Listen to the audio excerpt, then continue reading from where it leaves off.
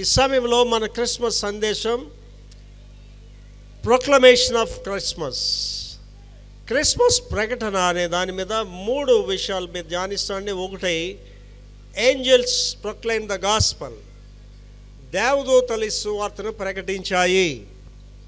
Number 2 ఏంటంటే shepherd's proclaim the gospel, ఈ యొక్క పశువుల కాపరులు, గొర్రెల కాపరులు సువార్త ప్రకటించారు. Number 3, church proclaiming the gospel, సంఘము సువార్తను ప్రకటిస్తూ ఉన్నది. దీని మీద వివరంగా ధ్యానిస్తామండి. ఇవాళ మన క్రిస్మస్ సందేశం ఏంటంటే ప్రకటించడం.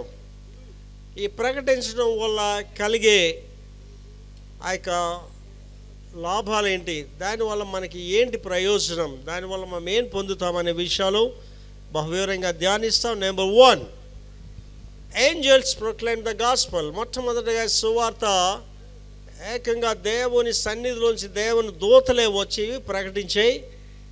లూకాసు సువార్త 2వ అధ్యాయం 10వ వచనంలో మాట ఉంటుంది. లూకాసు సువార్త 2వ అధ్యాయం 10వ వచనం చదువుతలే. అయితే ఆ దూత భయపడకుడి, ప్రజలందరికీ కలగబోవు మహా సంతోషకరమైన సువర్తమానం తెలియజేస్తారు. ముందు ఏంటంటే భయపడొద్దు అంటే, మొట్టమొదటిగా ఏంజల్స్ని చూడగానే వీళ్ళు భయపడ్డారు. అంటే ఏంజల్సా లేకపోతే దెయ్యాలా ఏంటని భయపడ్డారు. అందువల్ల మొట్టమొదటిగా ఏం భయపడకండి. ఆ తర్వాత ఏం చెప్పారు మెసేజ్ మళ్ళీ చదువురా. భయపడకుడే, ప్రజలందరికీ కలగబోవు తెలియజేస్తున్నాడు. ఒకసారి ఆలోచించేయండి. ప్రజలందరికీ అంటే ప్రపంచంలో ఉన్న వాళ్ళందరికీ కూడా. ఒకవేళ ఇక్కడ మనకు శుభవార్త అయితే పక్కన ఒక చెడు వార్త ఉండొచ్చు. ఒక గృహంలో పెళ్ళి అయితే పక్క గృహంలో ఎవరైనా చనిపోవచ్చు. అక్కడికి వెళ్ళి సంతోషకరమైన శుభవార్త ప్రజలందరికంటే వాళ్ళు ఇష్టపడరు. అది ఏంటి సంతోషకరమైన శుభవార్త అంటే ప్రజలందరికీ కలిగింది. అదే క్రిస్మస్. ఈ క్రిస్మస్ ఆరాధనలో ప్రాధాన్యత అదే. ఇది ఒక ఆర్వీఎస్ నగర వాళ్ళకో లేకపోతే అనకాపల్లి వాళ్ళకో లేదా విశాఖపట్నం వాళ్ళకని కాదండి. చరిత్రకు మనం వెళ్తే చదువుకున్న వాళ్ళందరికీ అర్థమవుతుంది. క్రీస్తు శకము, క్రీస్తు పూర్వం అంటారు. అంటే యేసు ప్రభువే కేంద్ర బిందువుగా ఉంటాడు ప్రపంచానికి. అంటే యేసు ప్రభు నిజంగా వచ్చారు భూమి మీదకి, యేసు ప్రభు నిజంగా జన్మించాడు, యేసు ప్రభు నిజంగా రక్షణ చెప్పడం ఇది ఒకటి చాలు. కనుక ఈ మెసేజ్ ఎవరికండి? ప్రజలందరికీ. తర్వాత రెండవది బుక్ ఆఫ్ రివల్యూషన్, ప్రకటన గ్రంథము 14వ అధ్యాయం 6వ వచనం. ప్రకటన గ్రంథం 14:6 చదువుతాలి. అప్పుడు మరి యొక్క దూతను చూసితిని, అతడు భూనివాసులకు అనగా ప్రతి జనమానికి, ప్రతి వంశానికి, ఆయా భాషలు మాట్లాడు వారికి, ప్రతి ప్రజకు ప్రకటించినట్లు నిత్య సువార్త, ఎవర్ లాస్టింగ్ గాస్పల్, నిత్య సువార్త తీసుకొని ఆకాశ మధ్య ఎగుర్చుంది. ఇది ఎప్పుడు అంటేనండి ఇంకా జరగబోయేది. ఇది ప్రవచనాత్మకమైన మాట. ప్రజలందరూ ప్రపంచం అంతా అంగీకరించకపోయినా యేసు ప్రభు ప్రజలందరికీ ఆయనే దేవుడు, అంగీకరించకపోయినా. కనుక దీని గురించి అనేకమైన విషయాలు బైబిల్ గ్రంథం. లోకమంతటా సువార్త ప్రకటించబడినట్టు తర్వాత అంతం వచ్చు. ఎవరైనా ఒకరు వచ్చి యేసు ప్రభు మాకెవరు చెప్పలేదు, మాకు తెలిస్తే మేము నమ్మకమా, మాకెవరు చెప్పలేదు అనే పరిస్థితి వస్తుంది. కనుక ఇది అంచె దినాల్లో ఇంకా సువార్తికులు ఎవరు ఉండరు. ఇవాళ భారతదేశంలో కూడా సువార్త ప్రకటించడానికి చాలా అభ్యంతరాలు వచ్చాయి. మణిపూర్లో అయితే సంఘాలు పగలు కొట్టేశారు, 300 పై సంఘాలు పగలు కొట్టేశారు, విశ్వాసులు చంపేశారు, కాపర్లు చంపేశారు. ఇవాళ చెప్పాలంటే భారతదేశంలో స్వేచ్ఛ లేదు. ఇవాళ సువార్తకి అడ్డగంటలు వచ్చేసాయి భారతదేశంలో. ఆల్రెడీ సేవకులు చంపబడుతున్నారు, సంఘాలు పగలగొట్టబడుతున్నాయి. ఇది ఎప్పుడంటే ఇది ప్రపంచంలో సంఘాలు పగలగొట్టబడతాయి, ప్రపంచం అంతా సువార్త ప్రకటించబడదు. అప్పుడు మనిషికి వెళ్ళి చెప్పలేడు. అప్పుడు దేవుడే ఒక దేవదూతను పంపించి ఈ నిత్య సువార్త, ఎవర్ లాస్టింగ్ గాస్పల్ ప్రతి చెవి వినాలండి. కారణం ఏంటంటే నువ్వు అంగీకరించకపోయినా నీ రక్షకుడు యేసు ప్రభువే. కనుక అందరూ ఆ మాటలు వినిన తర్వాతే అంతం అనేది వస్తుంది. Next, shepherd's proclaim the gospel. ఈ యొక్క గొర్రెల కాపరులు సువార్తను ప్రకటించారు. లూకా సువార్త 2వ అధ్యాయం 17వ వచనం చదువురా. వారు చూచి, అంటే ఎవరు వారంటే గొల్లలో వెళ్ళి అక్కడ చూశారు ఆ యేసు ప్రభుని, ఆ యొక్క పశువుల పాకలు చూసిన తర్వాత ఈ శిశువుని గూర్చి వారికి చెప్పబడిన మాటలు ఏం చేశారండి? ప్రచురం చేశారు. ఇవాళ క్రిస్మస్ సందేశం ఏంటంటే నువ్వు క్రైస్తవురాలు అయిపోయి నువ్వు క్రైస్తవుడు అయిపోవడం కాదు, నీ బంధువులకి చెప్పాలి, నీ ఇంట్లో వాళ్ళు ఇంకా ప్రభుని నమ్ముకున్న వాళ్ళకి చెప్పాలి. కారణం ఏంటంటేనండి, గమ్యాలు రెండు ఒకటి, ఎవర్ లాస్టింగ్స్, నిత్య జీవాలు రెండు ఒకటి. ఏంటంటే ఒకటి నిత్య నరకము, రెండు నిత్య జీవము. కంపల్సరీగా మనిషి ఒక్కళ్ళలోనే ఆత్మ ఉంటుంది, జంతువుల ఆత్మ ఉండదు. మనిషి ఒక్కళ్ళలోనే ఆత్మ ఉంటుంది, అది సైంటిఫిక్గా నిరూపించబడింది. కనుక ఈ ఆత్మ దేహాన్ని విడిచిపోయిన తర్వాత దేహానికి ఎంతండి? 70 సంవత్సరాలు అయితే 80 సంవత్సరాలు, దేవుడు చెప్పినట్లయితే 120 సంవత్సరాలు. కానీ ఆత్మకి చావలేదు. ఈ ఆత్మ రెండు గమ్యాలు ఏదో దానికి వెళ్ళాలి, నిత్య నరకానికో నిత్య జీవానికో పోవాలి. ఆ నిత్య జీవానికి వెళ్ళాలంటే స్పష్టమైన సందేశం ఏంటంటే నేనే మార్గము, నేనే సత్యము, నేనే యేసు ప్రభు గారు చెప్పారు. యేసు క్రీస్తు ద్వారా తప్ప ఎవరు మోక్షానికి వెళ్ళలేరు. ఈ సువార్త ఏం చేయాలి? ప్రకటించబడాలి. ఇవాళ మన ఇళ్ళల్లో, మన బంధువుల్లో, మన అన్నదమ్ములు, మన అక్కచెల్లెళ్ళు, మన తల్లిదండ్రులు ఇంకా ప్రభుని నమ్ముకొని చాలామంది ఉన్నారు. వాళ్ళకి తెలియజేయాలి మీరు ఇది. అలాగని మీరు తెలియజేయనప్పుడు దేవుడే దూతను పంపించి తెలియజేస్తున్నాడు. ఈ గొల్లలు వాళ్ళు ఏడు చూశారో ఆ వెళ్ళి ప్రజలందరికీ తెలియజేస్తారు. ఇవాళ సందేశం టైటిల్ అది, ప్రచురపరచడం. నేనైతే 14 దేశాలు తిరిగి యేసు ప్రభు గురించి ప్రకటన చేసి వచ్చాను. 14 దేశాలు.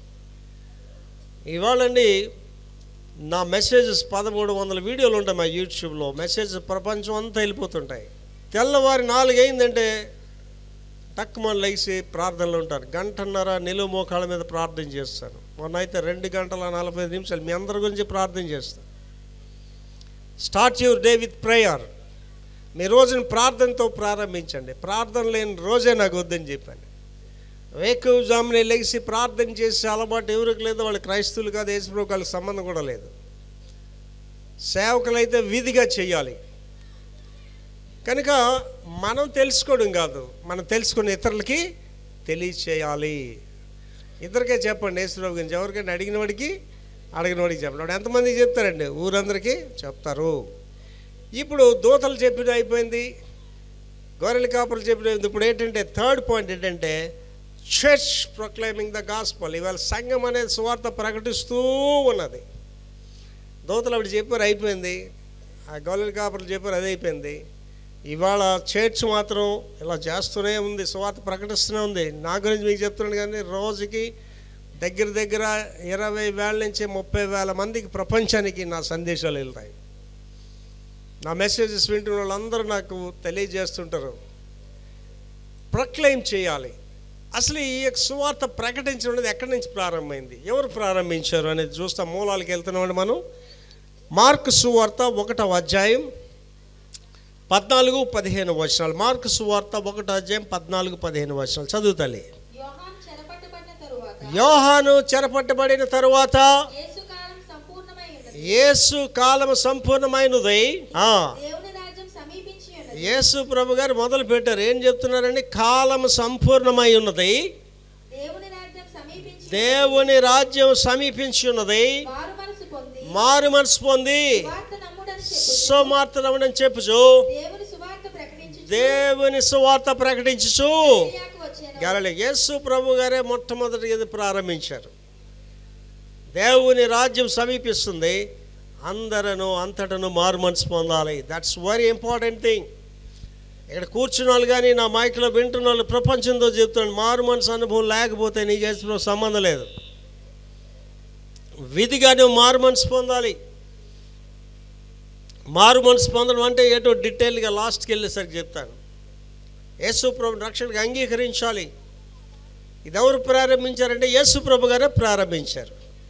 ఆ తర్వాత ఏంటంటే యేసు ప్రభు గారు ఆఖరికి వచ్చేసరికి సంఘానికి ఒక గొప్ప ఆజ్ఞ ఇచ్చారు. మనందరికీ తెలుసు 10 ఆజ్ఞలు. కానీ ఇది గొప్ప ఆజ్ఞ. Greatest commandment Jesus gave to the church. సంఘానికి ఒక గొప్ప ఆజ్ఞ ఇచ్చారు. ఆజ్ఞ ఏంటంటే మార్కు సువార్త 16వ అధ్యాయం 15వ వచనం. మార్కు సువార్త 16-15లో సంఘానికి గొప్ప ఆజ్ఞనిచ్చారు ప్రభు. చదువుతాలి. యేసు ప్రభు గారు సాక్షాత్తు చెప్పింది, మీరు సర్వలోకానికి వెళ్ళి సర్వ సృష్టికి సువార్త ప్రకటించండి. ఇవాళ సంఘం అనేది ఒక 4 గోడలు కట్టుకొని గుళ్ళో చెప్పుకోండి కాదు, ప్రజల మధ్యకి వెళ్ళాలి. నేను దారెమ్మటి వచ్చేటప్పుడు విశాఖపట్నం నుంచి బాబుకి చెప్తున్నాను, బాబు చౌడువాడ గ్రామాలకు వెళ్ళి సువార్త ప్రకటించాం, ఈ సభవరం ప్రాంతాలకు సువార్త ప్రకటించాం, 500 గ్రామాలకు పైకి వెళ్ళి సువార్త ప్రకటించాం, ప్రపంచ రాజ్యాలకు వెళ్ళి సువార్త ప్రకటించాను, ఆకాశ గగనాల్లో సువార్త ప్రకటించాను. జెట్ విమానం అనేది స్పేస్లోకి వెళ్ళిపోతుంది, ఆ విమానాల్లో సువార్తను ప్రకటించాను. అమెరికా ప్రయాణం చేయాలంటే 26 గంటలు 30 గంటలు పడుతుంది. అందరూ భోజనం చేసి విమానంలో పడుకుంటారు, నేను మాత్రం పడుకోనండి. అందరూ భోజనం చేస్తారు, నేను వెళ్ళి ఎయిర్ హోస్టల్స్కి వెళ్ళి యేసు ప్రభు గురించి చెప్తాను, పైలట్లకి వెళ్ళి యేసు ప్రభు గురించి చెప్తాను. ఎక్కడ ఆకాశ గగనాల్లో పౌలు గారు తన జీవితంలో ఒక అనుభవం చెప్తాడు. ఏంటంటే సువార్తను ప్రకటించకపోతే నాకు శ్రమ. ఇవాళ సేవకులు ఏం చెప్తున్నారు, ప్రకటిస్తే శ్రమ. వీళ్ళకి యేసు ప్రభు గురించి చెప్పండి అంటే చెప్పడు. ఎంతమంది మీటింగ్ వస్తారు, ఎంత డబ్బులు ఇస్తారు ఏంటని అడుగుతాడు. ఏమండి నేను రోడ్డు మీద వెళ్తూ కారులో వెళ్తూ ఒక బెగ్గర్ని చూసి అడుక్కుని చూసి కారు పక్కకి తెలిసి ఆయన కూర్చోబెట్టి వాడికి సువార్త చెప్తాడు. ఎవరికైనా సువార్త చెప్తాడు. నా ఇంట్లో నాకు 2 కార్లు ఉన్నాయి, ఖరీదైన కార్లు, కానీ ఆటోలో వెళ్తాను. ఆటో డ్రైవర్కి సువార్త చెప్తాను, విమానం ఎక్కితే పైలట్కి సువార్త చెప్తాను, బస్సు ఎక్కితే బస్సులో వాళ్ళకి సువార్త చెప్తాను. సువార్తను ప్రకటించకపోతే నాకు శ్రమ అనేది దేవుడు నాకు ఇచ్చాడు, పౌలు గారికి ఇచ్చిన భారం. కనుక ఇవాళ సంఘం ఏం చేయాలంటేనండి, సర్వలోకానికి వెళ్ళి సువార్త ప్రకటించాలి, గుళ్ళో బోధలు చేయడం కాదు. మా సంఘం 1000 మంది సభ్యులండి. మాకు సంఘం అలా పెరుగుతూనే ఉంటుంది. కారణం ఏంటంటే మా సంఘం యొక్క ఫార్ములా ఏంటంటే will go in to the mids of the people. ప్రజల మధ్యకి వెళ్తాం, ప్రజలకు సువార్త ప్రకటిస్తాం. అండ్ యేసు ప్రభు గారి జీవిత చరిత్ర ఒకసారి చూడండి. 4 సువార్తల్లో గుడ్డోడికి వెళ్ళి ఆయన సువార్త చెప్పాడు, కుష్ఠరోగికి వెళ్ళి ఆయన సువార్త చెప్పాడు, ఆ భిక్షగాడికి వెళ్ళి సువార్త చెప్పాడు ఆయన. ఇవాళ ఎవరన్నా ఒక పెద్ద మెగా చర్చ్ పాస్టర్కి వెళ్ళి ఒక అడుక్కున్నాడు చెప్పండి సువార్త చెప్తాడని చెప్పడు. దేవాది దేవుడు వెళ్ళి అడుక్కున్నాడికి వెళ్ళి సువార్త చెప్పాడండి, గుడ్డోడికి వెళ్ళి సువార్త చెప్పాడు. ఆడు కేకలు వేస్తున్నాడు, యేసు నన్ను రక్షించి వాళ్ళు గసురుతున్నారు, కేకలు వేయొద్దు అంటున్నారు. ఆడు ఇంకా కేకలు పెంచేసాడు. అప్పుడు యేసు ప్రభు గారు అక్కడ ఆగి, అక్కడ రాయబడిన మాట ఏంటంటే సాగిపోతున్న జన సమూహము ఆగిన యేసయ్య. యేసు ప్రభు నీ గురించి నా గురించి ఆగాడండి, ఆగాడు వాడి గురించి. మనం ఏం చేస్తున్నాం, బిజీ అయిపోతున్నాం. కానీ సంఘానికి దేవుడు ఏం చెప్తున్నాడు, సర్వలోకానికి వెళ్ళి సువార్త ప్రకటించాలి. సువార్త అంటే ఏంటి అసలు? What is the gospel? Question. సువార్త అంటే ఏంటంటే, ఈ సువార్త అనే పదానికి అర్థం ఏమిటో చెప్తాడు. డిక్షనరీ మాట, అది నా సొంత మాట కాదు, ఎవరి సొంత మాట కాదు. డిక్షనరీలో ఎవరైనా చదువుతలేదు. యేసు క్రీస్తుని గూర్చిన వార్తే సువార్త. మీరు డిక్షనరీస్ ఉంటే చూడండి, డిక్షనరీస్లో గాస్పుల్ అనే మాటకి అక్కడ ఏముంటుందంటే మెసేజ్ ఆఫ్ జీసస్ అని ఉంటుంది. యేసు క్రీస్తుని వార్తే సువార్త. తర్వాత యేసుక్రీస్తు ఎవరు, యేసుక్రీస్తు ఏం చేశాడు, మనందరినీ ఎలా మారుస్తున్నారు, అదే సువార్త. సువార్త అనేది ఏంటంటే యేసుప్రభు ఎవరన్నది నెంబర్ 1, ఆయన ఎవరని, ఆయన ఏం చేశాడని, అది మనల్ని ఎలా మారుస్తాడు, దట్ ఈస్ ద గాస్పల్. కనుక సువార్త ప్రకటించబడాలి. సువార్త ప్రకటించబడాలంటే అందరూ దాన్ని అంగీకరించటం లేదు. ఇవాళ చాలామంది నేనేం తప్పు చేశాను, ఏం పాపం చేశాను, నేనే తప్పులు చేయలేదు, నాకెందుకు సువార్త అంట. అండ్ 1970 సంవత్సరాల్లో విశాఖపట్నంలో గొప్ప ఉద్యమం వచ్చింది. అది ఒక విశాఖపట్నంలో ప్రపంచంలో వచ్చింది. వైల్స్నోర్లో స్టార్ట్ అయింది. అది మిషనరీస్ ప్రారంభమయ్యే రావాల నుంచి ఆర్ట్ సీజన్లోనే యేసుప్రభు రక్షకుడిగా అంగీకరించారు. 1972 ఫిబ్రవరి 7వ తారీఖు సాయంత్రం 7:30 గంటలకి యేసుప్రభు రక్షకుడిగా ప్రభుగా అంగీకరించారు.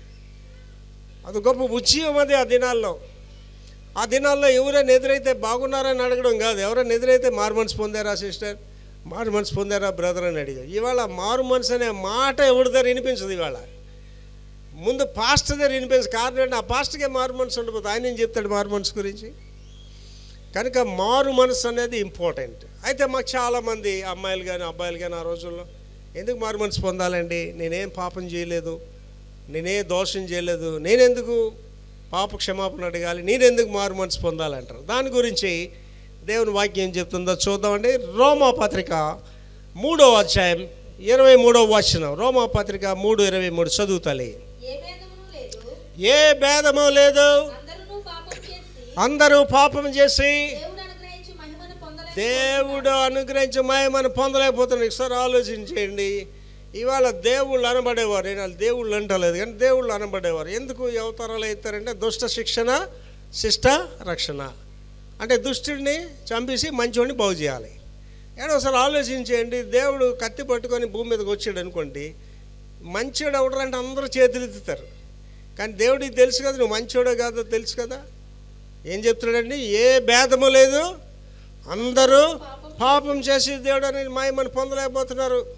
మరి దేవుడు కత్తి పట్టుకొని వచ్చి దుష్ట శిక్షణ అంటే ఎవడు భూమి మీద ఉండడండి, ప్రపంచం సమాధి అయిపోతుంది. యేసు ప్రభు గారు చక్కని మాట చెప్తున్నాడు, నశించిన దానిని వెదకి రక్షించడానికి వచ్చాడు. అది యేసు ప్రభు గారిలో ఉన్న గొప్ప ఔన్నత్యం అండి. తర్వాత యేసుక్రీస్తు పాపులను రక్షించుట. పాపి అని మనం తెలుసుకోవడం ఒకటి, రెండు ఏంటంటే మనం రక్షించడం. మొదటి తిమోతి 1వ అధ్యాయం 15వ వచనం. మొదటి తిమోతి 1:15 చదువుతలి. పాపులను రక్షించుటకు యేసు ప్రభు ఈ లోకానికి వచ్చాడనే వార్త నమ్మదగినది, పూర్ణాంగీకారం నాకు యోగ్యమైనది ఉన్నది, అట్టి వాడిలో నేను ప్రధానులను. దేవునికి స్తోత్రం. ఏమండి, యేసు ప్రభు అంటే ఎవరండి? చాలామంది అనుకుంటారండి 223 సంవత్సరాల క్రితం వచ్చాడు యేసు ప్రభు, మా దేవుళ్ళు అయితే ఇంకా ముందు నుంచి ఉన్నారంట. చాలామంది పాస్టర్స్ కూడా దేవుని వాక్యం తెలియదు, చరిత్ర తెలియదు.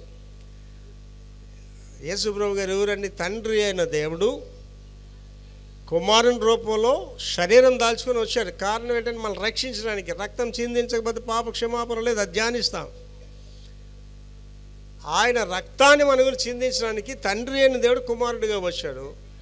కుమారుడైన దేవుడు పరమనికి వెళ్ళి ఏం చెప్పాడండి? పరిశుద్ధాత్మ దేవుడు మీకు ఇస్తున్నా అని చెప్పాడు. ఇవాళ మన పరిశుద్ధాత్మ యుగంలో అంటే తండ్రి వేరు, కుమారుడు వేరు, పరిశుద్ధాత్మ వేరు కాదు. చాలామంది హేతువాదంగా మాట్లాడతారు. తండ్రి అంటే భార్య ఉన్నదానికి అని అడుగుతారు. ఆయనే దేవుడు, ఆయనే మానవ స్వరూపం దాల్చుకొని వచ్చాడు. కనుక క్రైస్తవులు ఇదొకటి తెలుసుకోవాలి, ఏంటంటే తండ్రి కుమార పరిశుద్ధాత్మ అనేది తెలుసుకోవాలి క్రైస్తవులు. కనుక కుమారుడైన దేవుడు ఎందుకు వచ్చాడండి? మనల్ని రక్షించడానికి వచ్చాడు.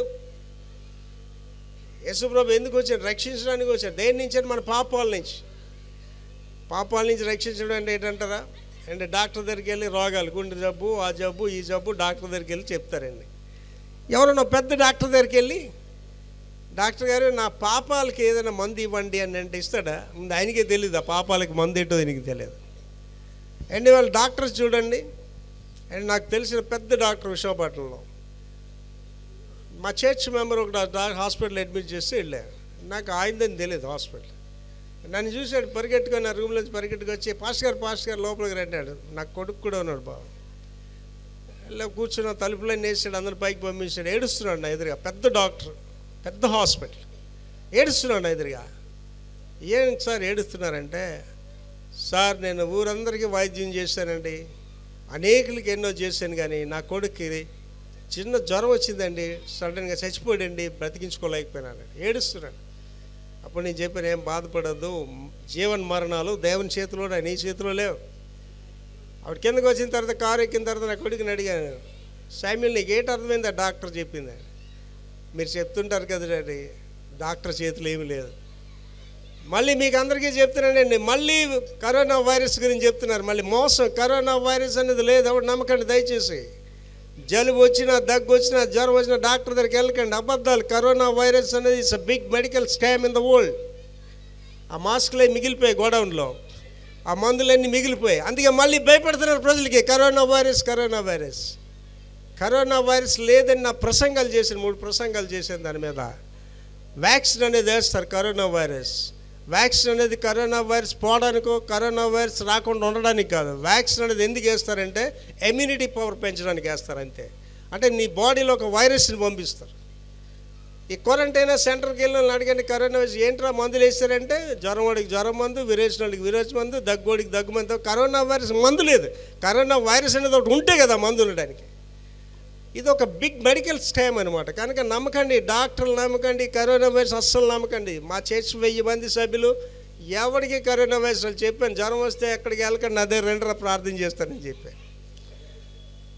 యేసు ప్రభుకి చెప్పానండి, 70 సంవత్సరాలు, మన అక్టోబర్ 1న 70 సంవత్సరాలు నిండే, బీపీ లేదు, షుగర్ లేదు, జబ్బులు. యేసు ప్రభు గారికే చెప్పాను, యేసు ప్రభు బీపీ ఉంటే ప్రసంగం చేయనని చెప్పానండి. పాస్టర్ ఆరోగ్యంగా లేకపోతే ఆయన ఉడుకు ప్రసంగాలు చేస్తాడండి. యేసు ప్రభు కేజీహెచ్కి వెళ్ళి, సభ్యులు కేజీహెచ్కి వెళ్ళి, పాస్టర్ కేజీహెచ్కి వెళ్తే ఆయన దేవుడు ఎందుకు అయ్యాడు? కనుక పాస్టర్ అనేవాడు మాదిరికరమైన జీవితం కలిగి ఉండాలి. తర్వాత పాప క్షమాపణకు రక్తము చిందించుట.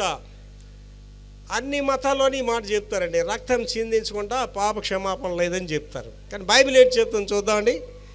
హెబ్రీ పత్రిక 9వ అధ్యాయం 22వ వచనం. హెబ్రీ పత్రిక 9వ అధ్యాయం 22.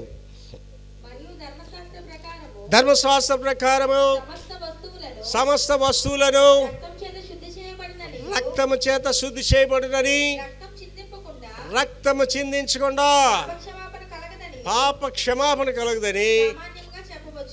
ఇది ప్రతి ఒక్కరూ ప్రపంచంలో నమ్ముతారు. రక్తము చిందించబడాలి. ఏ రక్తము, ఎలాంటి రక్తం అనేది చాలా ఇంపార్టెంట్ థింగ్ అండి. మళ్ళీ ఒకసారి చదువుతాలి. సమస్త వస్తువులను రక్తము చేత శుద్ధి చేయబడతాయి.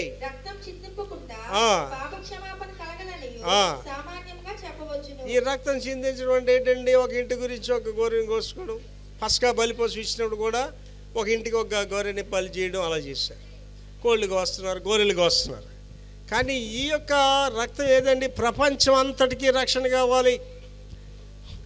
దేవాది దేవుడు మనందరి గురించి శిలువ మీద బలైపోయాడు, రక్తం చిందించాడు. రక్షణ అనేది డబ్బులు కొనుక్కుంటూ వచ్చేది కాదు, ఉచితంగా వచ్చింది. దేవుని వాక్యంలో మీరు ఉచితంగా పొందారు, ఉచితంగానే ఇవ్వండి అండి. నా 18 పుస్తకాలు ప్రపంచం అంతా ఉంటాయండి. నాయాపై షార్ట్ చేయండి నా బుక్స్, ఫ్రీ రీడింగ్. 1300 వీడియోలు పైన ఉన్నాయండి, అన్నీ ఫ్రీయే, కమర్షియల్గా ఎక్కడ పెట్టనండి. దేవుడు నాకు చెప్పింది ఏంటంటే, నీకు ఫ్రీగా ఇచ్చాను, నువ్వు కూడా ప్రజలకు ఫ్రీగా ఇవ్వు. కనుక రక్తం చిందించకుండా క్షమాపణ లేదని తెలుసుకున్నాం. ఏం రక్తం అనే దాని గురించి చూద్దాం. ఎలాంటి రక్తం ద్వారా? పేతురు గారు దాని వివరణ స్పష్టంగా ఇచ్చాడండి. 1 పేతురు 1వ అధ్యాయం 18-19 వచనాల్లో దాని వివరణ చాలా స్పష్టంగా ఇచ్చాడు. యేసు క్రీస్తు రక్తము ద్వారా విమోచన. చదువుతాను. అండ్ పితృపారంపరమైన వ్యర్థ ప్రవర్తన అంటే అర్థం ఏంటి? మా నాన్న చెట్టుని మొక్కాడు, నేను చెట్టుని మొక్కుతాను. మా నాన్న రాతిని మొక్కాడు, నేను రాతిని మొక్కుతాను. విద్య అభివృద్ధి చెందింది, జ్ఞానం అభివృద్ధి చెందింది, కానీ ఇక్కడ మాత్రం అభివృద్ధి చెందట్లేదు వీళ్ళు. మా తల్లిదండ్రులు చేస్తారు, మేము అదే చేస్తాం. ఏమన్నాడు? మా విశ్వాసం అని చెప్తారు అంతే. అందుకే ఇక్కడ అంటున్నాడు, మళ్ళీ చదువుతల్లి. మన పితరుల వల్ల వచ్చిన ఆ వ్యర్థమైన వాటిని విడిచిపెట్టినట్లుగా వెండి బంగారముల వంటి క్షయ వస్తువుల చేత విమోచింపబడలేదు. ఏంటి? వెండి వల్ల, బంగారాల వల్ల మీకు రక్షణ రాలేదు. ఏంటి? నేను 72వ సంవత్సరంలో మార్మన్స్ పొందాను. కాలేజీలో చాలా అల్లరిగా ఉన్నాను, చాలా పెంకిదానం చేసేవాడిని. ఆవేళ దేవుడు నన్ను సంధించాడు, నా పాపాలు ఒప్పుకున్నాను, మార్మన్స్ పొందాను. ఏం డబ్బులు ఇవ్వలేదు నేను యేసు ప్రభుకి, బంగారం ఇవ్వలేదు, వెండి ఇవ్వలేదు, ఉచితంగా ఆయన నాకు రక్షణ ఇచ్చాడండి. ఆవేళ 72వ సంవత్సరం. ఎంత గొప్ప దేవుడు ఆలోచించండి. ఇవాళ దేవుళ్ళు అనేబడి దగ్గరికి వెళ్ళండి మీరు. ఏం దర్శనం? ఉచిత దర్శనం, విఐపి దర్శనం, 1000 రూపాయలు, 5000. ఇంకా విచారకరం ఏంటంటే, దేశం యొక్క ప్రెసిడెంట్నే ఆ యొక్క దేవాలయాలకు రానివ్వలేదు. ఎందుకు? దళితుడని. ఎంత అన్యాయం చూడండి. దేవుడికి దళితుడు ఎవడండి? దేవుడికి క్యాస్ట్లు ఎక్కడ ఉన్నాయండి? దేవుడికి విభేదాలు ఎక్కడ ఉన్నాయండి? God is God for all. దేవుడు అందరికీ దేవుడు. అండ్ యేసు ప్రభు గారు కుష్ఠరోగికి వెళ్ళి ముట్టి స్వస్థపరిచాడండి. ఇవాళ కుష్ఠరోగి దగ్గరికి కూడా వెళ్తాడండి. కనుక ఇక్కడ ఏమంటున్నాడండి? మళ్ళీ చదువుతా చదివిందే, వ్యర్థ ప్రవర్తనలు విడిచిపెట్టండి. వెండి వల్ల కానీ బంగారం వల్ల కానీ ఈ యొక్క వస్తువులు దేని చేతనైనా విమోచింపబడలేదని కానీ ప్రశ్న. మరి దేని వల్ల విమోచింపబడ్డాం? చదువు, కంటిన్యూ చేయి. అమూల్యమైన రక్తము అనగా నిర్దోషమును నిష్కలంకమగు గొర్రెపిల్ల వంటి యేసుక్రీస్తు రక్తం చేత విమోచింపబడుదురని మీరు ఎరుగుదురు. చాలా జాగ్రత్తగా ఆలోచించేయండి. ఏమండి, ఇవాళ ఒక సహోదరుడి గురించి ఒక సహోదరుడు జైలుకి వెళ్ళమంటే వెళ్ళడు, లేకపోతే భార్య ఎవరైనా నచ్చి చేస్తే భర్త జైలుకి వెళ్ళమంటే వెళ్ళడు. కానీ నీ గురించి నా గురించి దేవుడు శిలువ మీద బలైపోయాడండి. నీ గురించి నా గురించి ఆయన రక్తం కార్చాడు. ఎంత సులువు తెలుసండి ఇవాళ రక్షణ అనేది ఏంటంటే. అందుకే పౌలు గారు బాధపడుతూ మాట చెప్తాడు, ఎంత గొప్ప రక్షణ నిర్లక్ష్యం చేసి ఎలా తప్పించుకుంటారంటాడు. దాని గురించి చెప్తున్నాడు చూడండి. యేసుక్రీస్తుని రక్షకుడు అంగీకరించి ఎలాగా, హౌ టు యాక్సెప్ట్ జీసస్ అంటే చాలామంది అనుకుంటారండి యేసు ప్రభుని అంగీకరించినట్టు ఏదో బలి ఇవ్వాలి కావాలి, లేకపోతే నిలువు దోపుడు ఇవ్వాలి కావాలి, ఎంతకానికి ఇవ్వాలంటే అని అడుగుతారు. చాలామంది వాళ్ళు అలాంటి సేవలు కూడా చేస్తున్నారు. కానికి ఇస్తే స్వస్థత ప్రార్థన అంటాడు, కానికి ఇస్తే ఇది అంటాడు. మా దగ్గర అలాంటివి మా చర్చిలో ఒకటి డబ్బులు అడగమండి. ఏమండి, నేను టీవీలో ప్రసంగం చేయమంటే దేవుడు డబ్బులు ఇచ్చి టీవీలో పెడతా, టీవీలో పెట్టి అడుక్కోమని చెప్పడు దేవుడు. ఇవాళ మా సేవ ఎంతో విస్తృతంగా జరుగుతుంది. 1000 మంది సభ్యులు, village ministries, world wide ministry ఉందండి. దేవుడు చెప్తే చేస్తాను అంతే, దేవుడు చెప్పకపోతే ఇంట్లో కూర్చుంటాం. అది ఆయన పని, ఆయన మనల్ని వాడుకుంటాడు, ఆయన మనల్ని పంపిస్తాడు. ఏంటంటే 6 లక్షల మంది పురుషులు అంటే పిల్లలు భార్యలు అంతా కలిపితే 40 లక్షల మంది ఆ యొక్క ఐగుప్తు నుంచి పైకి వచ్చేమనేటప్పుడు వాళ్ళు ఏం అడగలేదు. మోషే కూడా అడగలేదు వీళ్ళు ఎక్కడ తీసుకెళ్ళాలి, వీళ్ళకి భోజనం ఎలాగా, వీళ్ళకి బట్టలు ఎలాగా, జోళ్ళు అడగలేదు మోషే కూడా తెలుసు దేవుడు రమ్మన్నాడు కాబట్టి దేవుడు వాళ్ళని పోషిస్తాడు. అండి, దేవుడు నన్ను పోషిస్తున్నాడు అండి, నన్ను నడిపిస్తున్నాడు. మాకు ఏటి కావాలో దేవుడు ఆ టైంకి ఇస్తాడంతే. కెరీతు వాకి దగ్గరికి వెళ్ళిపోయాడు ఏలియాకి భోజనం ఎవరు పెడుతున్నారండి? అక్కడ ఫాస్ట్ ఫుడ్ సెంటర్స్లో ఎవరు పెట్టరు, ఎవరు పెడుతున్నారండి? కాకులు పెడుతున్నాయి. ఏంటి, మీకు అందరికీ కాకులు స్వభావం తెలుసు. కాకి ఎత్తుకెళ్ళిపోవడే తప్ప పెట్టడం తెలియదు కాకి. అది ఎంత శోధింపబడి ఉంటేండి ఆ మాంసం తెచ్చినాడు, ఆ వాసనకి ఎంత శోధింపబడి ఉంటే రొట్టె తెచ్చినప్పుడు. కానీ దేవుడు చెప్పాడు తీసుకెళ్ళి ఇవ్వమని. ఇక్కడ ఉన్న వాళ్ళందరికీ మీకు చెప్తున్నానండి, దేవుడిని పక్షంగా కొనేటప్పుడు ఆయన నిన్ను పోషిస్తాడు, నడిపిస్తాడు, స్వస్థపరుస్తాడు. అదే ప్రవచనాత్మకమైన వాక్కు ఉందండి. ప్రియుడాన్ని ఆత్మలో వర్ధిల్లుచున్న కొలది అన్ని విషయాల్లో వర్ధిల్లుచు సౌఖ్యంగా ఉండాలి అంటే దేవుడు ఆ కృప నాకు దండిగా ఇచ్చాడండి. ఈ 70 సంవత్సరాలు నా భార్య, నేను, కుమారుడు, కోడలు, మనవడు, మనవరాళ్ళు, నేను ప్రతి దగ్గరికి వెళ్ళినప్పుడు చెప్తాను రిథమిక్గా, నాకు ఒకే దేవుడు, ఒకే భార్య, ఒకే కొడుకు, ఒకే కోడలు, ఒకే మనవడు, ఒకే మనవరాలు. మేము అందరం కలిసి దేవుని కొరకు జీవిస్తామండి. నా కుటుంబం అంతా దేవుని కొరకు జీవిస్తాం. దేవుడు నన్ను కుటుంబ పరంగా ఆశీర్వదించాడు. ఒక్కగానొక్క కుమారుడు అత్యధిక విద్యను అభ్యసించినవాడు. ఇవాళ ఈ సంస్థకి ఆయన డైరెక్టర్, అత్యున్నతమైన సేవ చేస్తున్నాడు. మా కోడలు, మనవడు, మనవరాలు అందరూ కూడా కుటుంబ పరంగా, విద్యాపరంగా 21 years చదువుకున్నా.